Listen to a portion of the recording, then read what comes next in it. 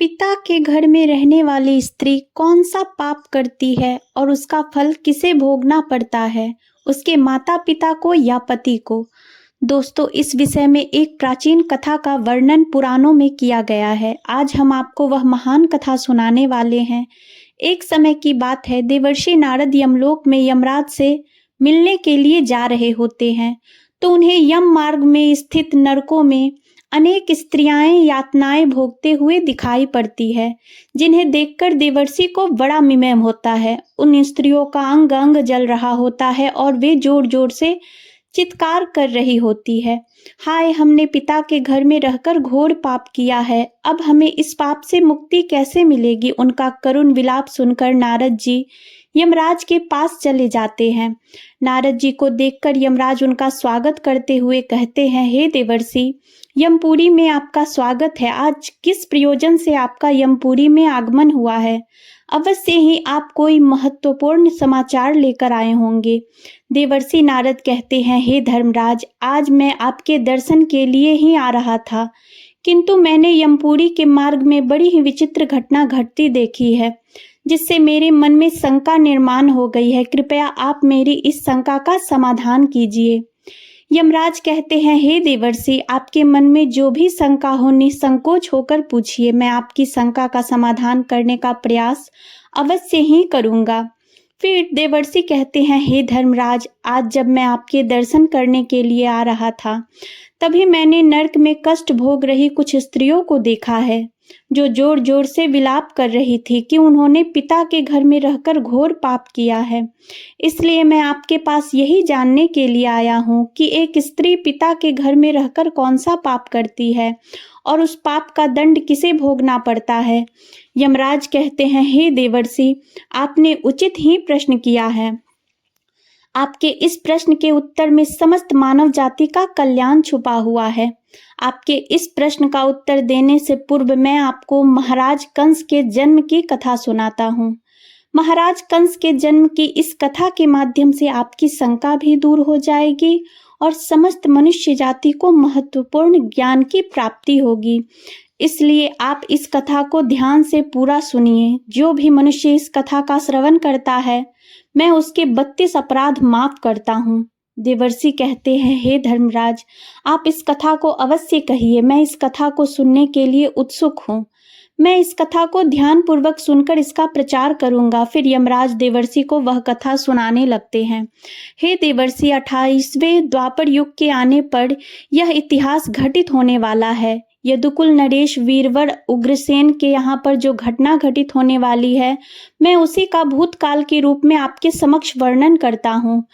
मथुर प्रदेश में मथुरा नाम की नगरी है। उस नगरी में उग्रसेन नाम के यदुवंशी सम्राट राज्य करते थे।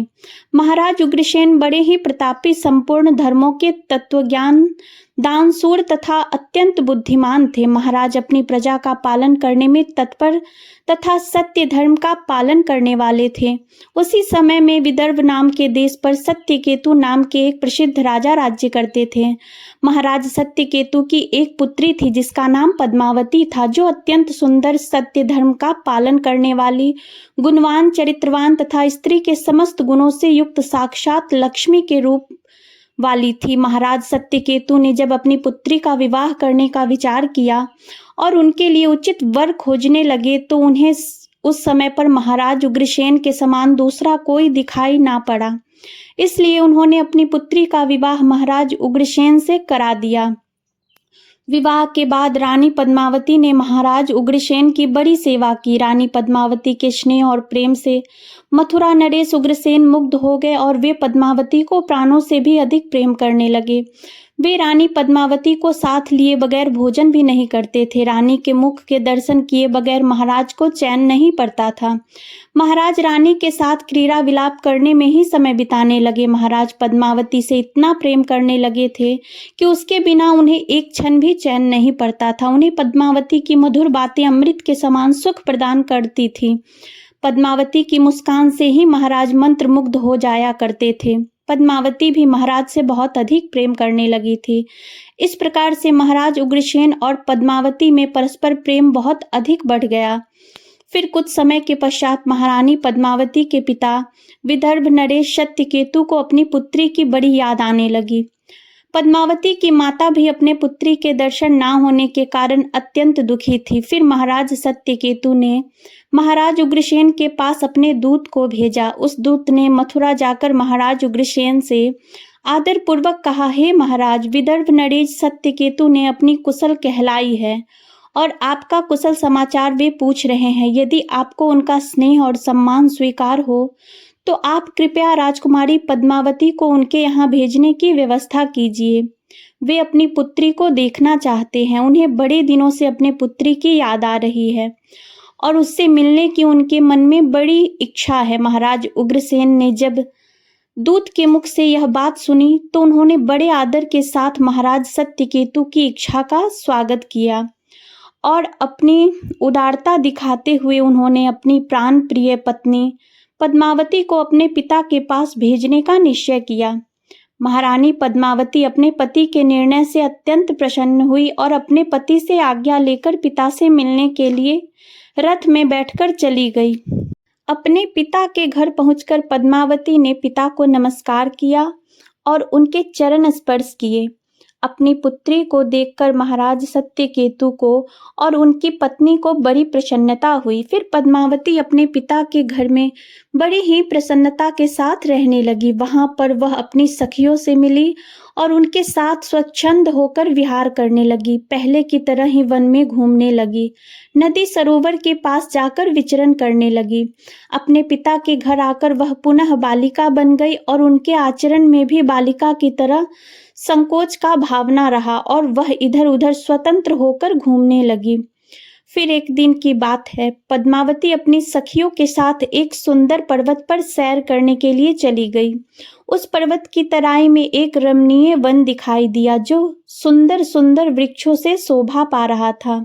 उस वन में एक अत्यंत मनोहर स्वच्छ जल से भरा हुआ सर्वतोभद्र नाम का सरोवर था। उस सरोवर को देखकर पद्मावती अपनी सखियों को लेकर सरोवर के पास चली गई और उस सरोवर में अपनी सखियों के साथ हंसती गाती हुई क्रीड़ा करने लगी। अपनी सहेलियों के साथ खेलते कूदते हुए वह अपने पति परमेश्वर को भूल गई और मौज करने लगी। उसी समय कुबेर का एक सेवक गोभी नाम का दैत्य दिव्य विमान पर बैठकर आकाश के मार्ग से कहीं पर जा रहा था। जब वह उस सरोवर के ऊपर से जा रहा था तो उस राक्षस की दृष्टि सुंदर रूप तथा बड़ी बड़ी आंखों वाली राजकुमारी पद्मावती पर पड़ी, जो हंसते खेलते हुए सरोवर में स्नान कर रही थी।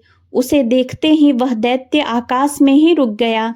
उसे अपनी ज्ञान शक्ति से पता चला कि वह सुंदरी विदर्भ नरेश की पुत्री पद्मावती है, जो महाराज उग्रसेन की प्यारी पत्नी है। वह दैत्य गोभी इस प्रकार से सोचने लगा, हाय, यह पद्मावती कितनी सुंदर है, इसका रूप कितना मनोहर है, किंतु यह पतिव्रता होने के कारण आत्मबल से सुरक्षित है, पर पुरुष के लिए इस सुंदरी को पाना असंभव है। महाराज उग्रसेन बड़ा ही मूर्ख है जो उसने अपनी पत्नी, इतनी सुंदर मनोहर रूप वाली पत्नी को मायके में भेज दिया। यह सुंदरी देवताओं के लिए भी दुर्लभ है। इस समय कामदेव मुझे बहुत पीड़ा दे रहे हैं। मैं कैसे इस सुंदरी के निकट जाऊं और इसका उपभोग करूं? इसके साथ भोग विलास करने की मेरे मन में बड़ी इच्छा हो रही है। इतना सोचते हुए उस राक्षस ने एक उपाय निकाला। फिर उसने महाराज उग्रसेन का रूप धारण किया। उसने पूरी तरह से अपने शरीर को महाराज उग्रसेन में बदल दिया। वह हूबहू महाराज उग्रसेन की तरह ही दिखाई पड़ रहा था। फिर वह वन में एक वृक्ष के नीचे जाकर बैठ गया और उसने मधुर संगीत बजाना शुरू कर दिया। वह मधुर संगीत मोहित करने वाला था। जब पद्मावती और उनकी सखियों ने उस मधुर संगीत को सुना तो उनका मन विचलित हो गया और वह मधुर संगीत की तरफ आकर्षित होने लगी। वह सोचने लगी, यह मधुर संगीत कौन बजा रहा है जिसने हम सभी को मंत्रमुग्ध कर डाला है। पद्मावती के मन में उस संगीत बजाने वाले को देखने की इच्छा हो गई।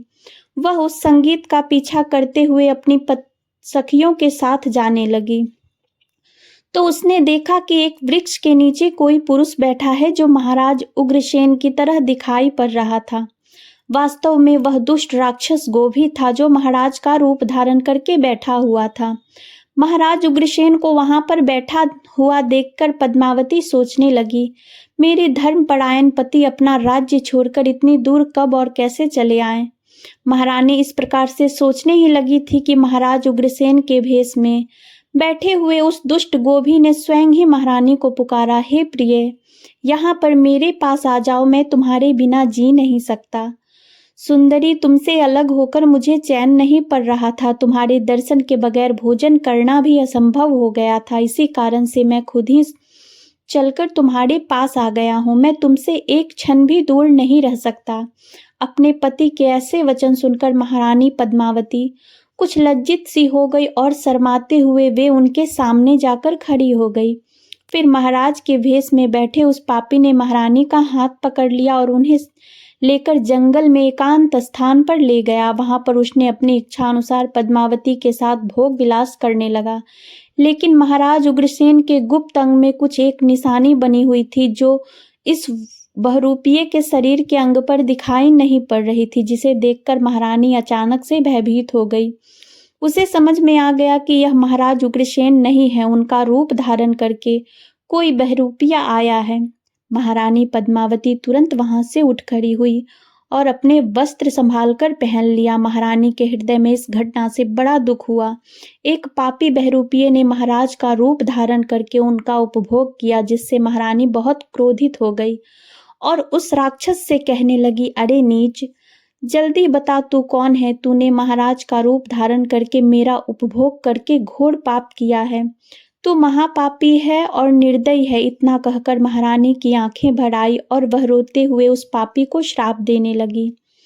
हे दुष्ट दुरात्मा, तूने मेरे पति का रूप धारण करके मेरे साथ छल किया है, मेरे इस पवित्र शरीर को मलिन कर दिया है, मेरे उत्तम पतिव्रता व्रत को नष्ट कर डाला है। अब यहीं पर तू मेरा प्रभाव देख ले, मैं तुझे अत्यंत कठोर श्राप दूंगी। रानी पद्मावती की बात सुनकर वह राक्षस गोभी अपने असली रूप में आ गया और कहने लगा, हे दुष्टा पतिव्रता स्त्री, तू समस्त राक्षस और दानव दूर भागते हैं। मैं तो जन्म और कर्म से ही राक्षस हूँ, इसलिए मुझे श्राप देने से पूर्व तुम मेरे दोष का विचार करो। तुम मुझे कौन से अपराध के लिए श्राप दे रही हो? मेरे राक्षसी स्वभाव के कारण ही मैंने ऐसा कृत्य किया है। पद्मावती कहने लगी, हे पापी राक्षस, मैं साध्वी और पतिव्रता नारी हूँ। मेरे मन में मेरे पति का ही वास है। मैं केवल अपनी पति की ही कामना करती हूँ। मैं सदा उन्हीं के लिए व्रत एवं तपस्या करती हूँ। मैं अपने धर्म मार्ग पर चल रही थी, किंतु तूने माया रचकर मेरे साथ अन्याय किया है। मेरा पतिव्रता धर्म नष्ट कर डाला है, इसलिए दुष्ट, मैं तुझे भस्म कर डालूंगी। फिर वह राक्षस को भी कहने लगा, हे राजकुमारी, यदि तुम उचित समझो तो मेरी बात सुनो। मैं धर्म की बात कर रहा हूँ। जो स्त्री प्रतिदिन मन, वाणी और क्रिया द्वारा अपने पति की सेवा करती है, पति के संतुष्ट होने पर ही स्वयं संतुष्ट होती है, पति के गुस्सा होने पर भी उसका त्याग नहीं करती, उसके दोष का विचार नहीं करती, अपने पति के हर काम में उसका साथ देती है, पति के अलावा कभी किसी पुरुष का विचार तक नहीं करती, वह स्त्री पतिव्रता कही गई है। यदि कोई स्त्री खुद का कल्याण चाहती है तो वह अपने पति का कभी त्याग नहीं करती। पति चाहे रोगी हो, कोढ़ी हो, बूढ़ा हो, अंधा हो या पापी हो, पतिव्रता स्त्री कभी अपने पति का परित्याग नहीं करती है। जो स्त्री अपने पति को छोड़कर अपना मन दूसरे कार्यों में लगाती है, पति को भूलकर खुद मौज उड़ाती है, स्वेच्छाचारिणी बनकर पति को छोड़कर अकेले ही इधर उधर घूमने लगती है, उसे संसार में व्यभिचारिणी कहा गया है। जो स्त्री पति की अनुपस्थिति में श्रृंगार करती है, सज धज कर इधर उधर घूमती है, विहार करती है, दूसरों पुरुषों के सामने नाच गान करती है, उसे कुल्टा कहा जाता है। हे राजकुमारी, तुम बताओ, अपने पति को छोड़कर तुम इस वन में किस लिए आई हो? पति की सेवा करना छोड़कर तुम सज धज कर श्रृंगार करके इस वन में क्यों भटक रही हो? तुझे शर्म नहीं आती? और तू किस मुंह से कह रही है कि तू पतिव्रता है? कर्म से तो तुम पतिव्रता दिखाई नहीं पड़ती हो।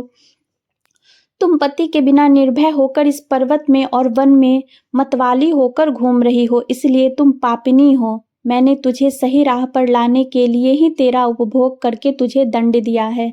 अब तू इसके बाद कभी ऐसी घृष्टता नहीं करेगी, इसलिए तुम मुझे बताओ तो पति को छोड़कर किस लिए यहाँ पर आई हो? यह श्रृंगार, यह आभूषण, यह मनोहर सुंदर सुंदर वस्त्र धारण करके किसके लिए घूम रही हो? तुम्हारा पति तो दूर विदेश में रहता है, तो किसके लिए इतना सज धज कर घूम रही हो? हे पापनी, अब बोलो ना, किस लिए और किसके लिए यह सब किया है? तुम्हारा पतिव्रता धर्म दिखाओ तो मुझे व्यभिचारिणी स्त्री के समान बर्ताव करने वाली नारी, तुम इस समय अपने पति से 400 कोस दूर हो। कहाँ है तुम्हारे अंदर पति को देवता मानने का भाव? अरे दुष्ट कहीं की, तुझे शर्म भी नहीं आती? खुद के ऐसे बर्ताव पर तुझे घृणा भी नहीं आती? तू क्या मेरे सामने बोलेगी? तू खुद पाप करके यहाँ पर घूम रही है, सुंदर वस्त्र आभूषण पहनकर पराये पुरुषों को आकर्षित कर रही है और मुझे बता रही है कि तू पतिव्रता है। उस गोभी के ऐसे वचन सुनकर पद्मावती बोली, ओ नीच राक्षस, तू सुन, मेरे पिता ने मुझे अपने पति के घर से बुलाया है, इसलिए मैं आई हूँ। इसमें पाप कहाँ है? मैं काम, लोभ तथा मोह के वश में पति को छोड़कर नहीं आई हूँ। इस वन में भी मैं सदैव अपने पति का ही चिंतन करती रहती हूँ, लेकिन हे पापी, तूने मेरे पति का रूप धारण करके मुझे धोखा दिया है। एक पतिव्रता स्त्री का पतिव्रत धर्म भंग करने वाले को घोर नरक में डाला जाता है, उसके बाद में सूअर के जन्म में डाल दिया जाता है। क्या तुझे इतना भी नहीं पता?